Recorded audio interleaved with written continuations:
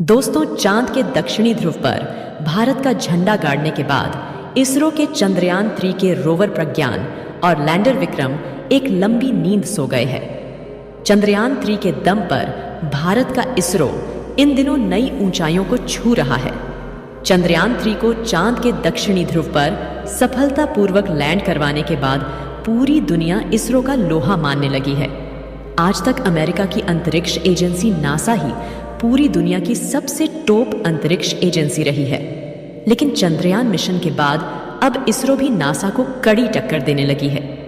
America की NASA ने कभी सोचा भी नहीं था कि चांद के जिस दक्षिण ध्रुव पर नासा के जाने की हिम्मत नहीं हुई है, वहां भारत का इसरो सफलतापूर्वक लैंड कर जाएगा और ऐसा करने वाला भारत पहला देश बन जाएगा।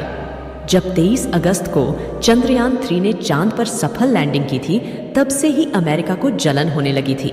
इसके दोस्तों, 23 अगस्त को चांद की सतह पर लैंड करते ही रोवर प्रज्ञान और विक्रम लैंडर ने अपना काम शुरू कर दिया था, क्योंकि इन दोनों उपकरणों के पास चांद के रहस्यों से पर्दा उठाने के लिए केवल 14 दिनों का ही समय था।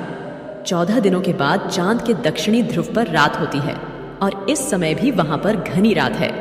हमारे वैज्ञानिकों ने अब रोवर और लैंडर को स्लीप मोड में डालकर चांद की सतह पर ही सुला दिया है। लेकिन सोने से पहले रोवर प्रज्ञान और विक्रम लैंडर ने अपना काम कर दिया है।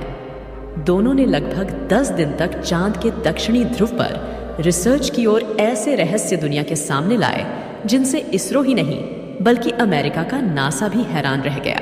रोवर प्रज्ञान ने इन 10 दिनों में चांद की सतह पर लगभग 100 मीटर की यात्रा की। इस चहलकदमी के दौरान रोवर में लगे शक्तिशाली सेंसरों ने अपने आसपास मौजूद हर कण की गहनता से जांच की।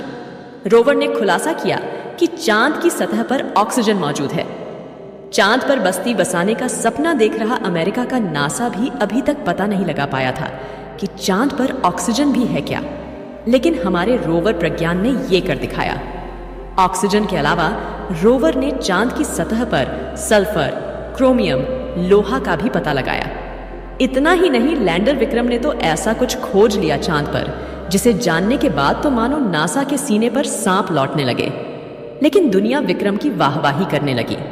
दरअसल अमेरिका ने दुनिया के मन में डर बना रखा था कि चांद के दक्षिणी ध्रुव पर एलियन की बस्ती है और उसके पास जाने से मानव जीवन को खतरा हो सकता है। इसी डर से आज तक कोई देश दक्षिणी ध्रुव पर जाने की हिम्मत नहीं कर पाया था, लेकिन भारत ने ये कर दिखाया। बीती रात इसरो को विक्रम लैंडर ने एक ऐसा संदेश भेजा था जिसे देखकर वैज्ञानिकों को एक बार तो लगा कि वास्तव में चांद पर एलियन मौजूद है। संदेश में विक्रम ने इसरो को बताया कि चांद की सतह पर कुछ ऐसा हो रहा था जो सतह पर खड़े लैंडर को हिला रहा था। इसरो वैज्ञानिकों ने तुरंत लैंडर में लगे इल्सा उपकरण को चालू किया। यह उपकरण इस बात का पता लगा लेता है कि सतह में कंपन किस वजह से हो रहा है। इस उपकरण की जांच के बाद ऐसा कुछ पता चला कि इसरो की वाहवाही होने लगी। इल्सा उपकरण ने संदेश भेजा कि चांद की सतह पर भूकंप आया था, वो भी 1-2 मिनट नहीं बल्कि लगातार आधे घंटे से भी ज्यादा तक। वैज्ञानिकों का मानना है कि शायद उस समय कोई उल्कापिंड चांद की सतह पर आकर गिरा होगा, जिससे सतह में कंपन हुआ था और लैंडर ने उसको डिटेक्ट कर लिया। इससे यह तो कंफर्म हो गया कि चांद पर डर एलियनों का नहीं बल्कि भूकंप या उल्कापिंडों का ज्यादा है। अब बात करते हैं कि अमेरिका ने चंद्रयान 3 को लेकर ऐसा क्या खुलासा किया है जिससे इसरो भी हैरान रह गया। दरअसल अमेरिका के नासा का एक अंतरिक्ष यान लूनर रिकॉनेसेंस ऑर्बिटर या LRO चांद की सतह के चारों तरफ चक्कर लगा रहा है। इसमें बेहद ही शक्तिशाली कैमरे लगे हुए हैं जिससे वह चांद की सतह पर मौजूद हर छोटी चीज को देख सकता है। 23 अगस्त को हमारे चंद्रयान के लैंड करने के बाद से ही LRO उसको खोजने में लगा हुआ था। आखिर कुछ दिन पहले इस अंतरिक्ष यान ने लैंडर को खोज लिया और उसकी तस्वीर क्लिक कर नासा को भेज दी। तस्वीर देखकर नासा को यह तो विश्वास हो गया कि वास्तव में दक्षिणी ध्रुव पर इसरो का चंद्रयान 3 मौजूद है। अब ऐसे ही ये तस्वीर नासा दुनिया के सामने रखता तो दुनिया इसरो की वाहवाही करने लग जाती। तो अमेरिका ने फिर एक चाल चली और नासा यह पता लगाने में जुट गई कि आखिर लैंडर जिस जगह पर लैंड किया था वह एग्जैक्ट दक्षिणी ध्रुव के ऊपर है या कुछ दूर।